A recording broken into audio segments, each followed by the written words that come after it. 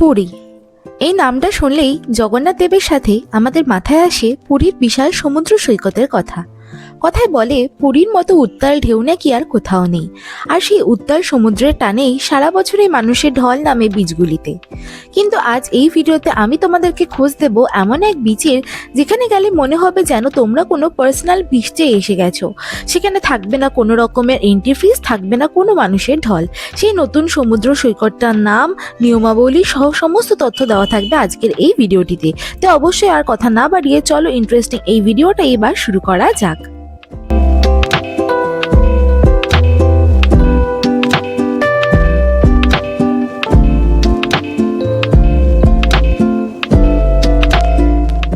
Hello guys, welcome back to my channel. This is me Mandirani আর with me স্টকরি।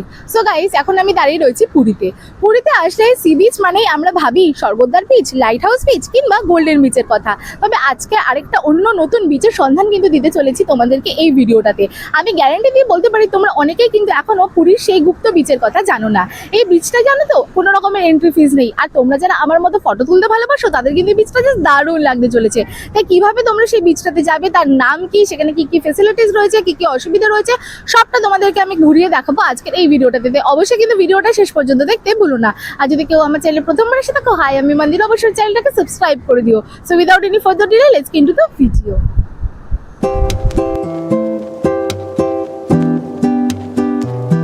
এখন আমি দাঁড়িয়ে রয়েছি এই বিচটার মেইন এন্ট্রান্সে। এই এন্ট্রান্সের সামনেই তোমরা পেয়ে যাবে বেশ বড় একটা পার্কিং এরিয়া, এবং এখান থেকে ভেতরে ঢুকলেই তোমরা ফটো তোলার জন্য কয়েকটা জায়গা এবং খুব সুন্দর গ্রিনারিজ দেখতে পাবে।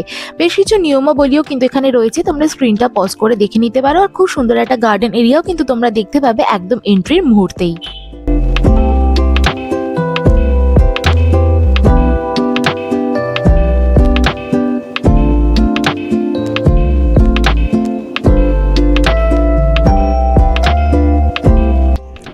তো এখন আমি প্রবেশ করলাম নীলাদ্রি বিচে।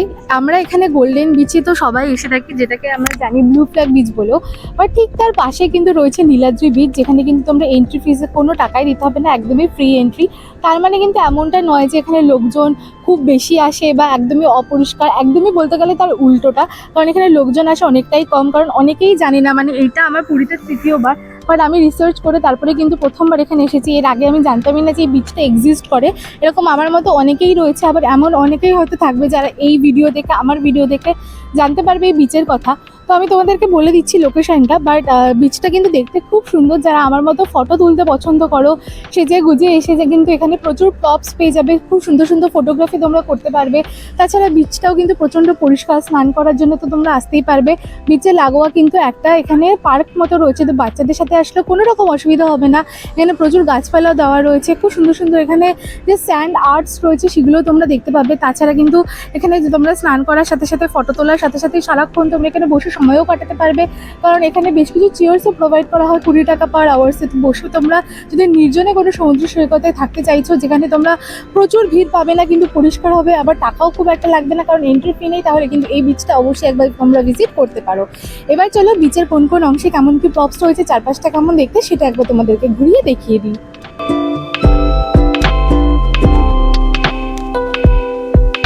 এই বিচটি মূলত যে জন্য বিখ্যাত সেটা হলো এখানকার এই ফটো তোলার জন্য প্রপসগুলি।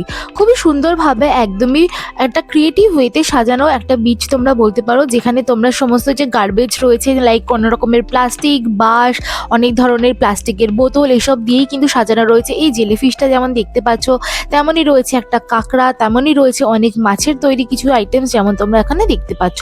সকাল 6টা থেকে বিকেল 8:30 পর্যন্ত যে কোনো সময় কিন্তু তোমরা প্রবেশ করতে পারবে এই বিচে। আর প্রবেশ মূল্য কিন্তু কিছুই নেই এই নির্ধারিত বিচটার জন্যে।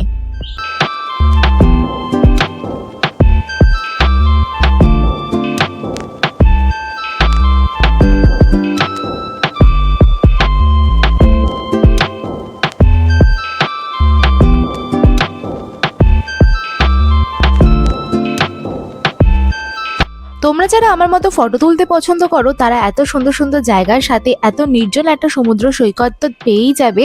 তার সাথে গোটা বিচটাই কিন্তু প্রচণ্ড পরিষ্কার, কোনো এন্ট্রি ফি না থাকা সত্ত্বেও বিচটার এত সুন্দর ক্লিনলিনেস দেখে আমি তো একটু অবাক হয়ে গেছিলাম। তবে একটাই কথা, যেহেতু এই বিচটা সম্বন্ধে এখনো অনেকেই জানে না, তাই জন্যই কিন্তু বিচটা পরিষ্কার। তাই তোমরা যারা আমার এই ভিডিওটা দেখে এখানে যাবে তোমরা কিন্তু অবশ্যই নিজেদের কোনো রকম নোংরা এই বিচে ফেলে এসো না। নিজেরা পরিষ্কার রাখলে তবেই কিন্তু আমাদের এই প্রকৃতির জিনিসগুলি পরিষ্কার থাকবে, এটা অবশ্যই মনে রেখো।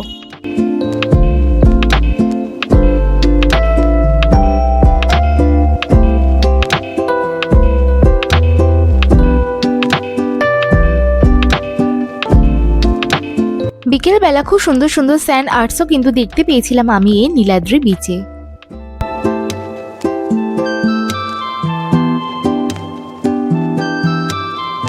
তোমাদেরকে তো ঘুরে ঘুরে দেখালাম যে বিচটা চারপাশটা কতটা সুন্দর, কতটা নির্জন এবং কত রকমের কারুকার্য করা রয়েছে।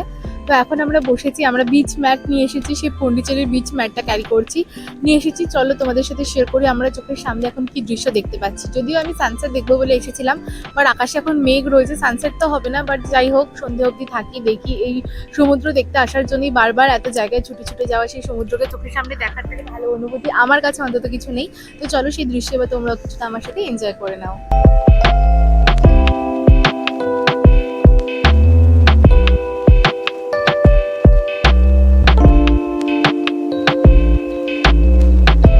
সকাল 6টা থেকে খোলা হলেও মোটামুটি একদম সকালবেলা কিংবা বিকেলবেলা যাওয়াটাই কিন্তু একদম আইডিয়াল টাইম হচ্ছে এই বিচে, যদি তোমরা তোমাদের প্রিয়জন কিংবা পরিবারের সাথে বেশ কিছুটা নির্জনে সময় কাটাতে চাও পুরীতে।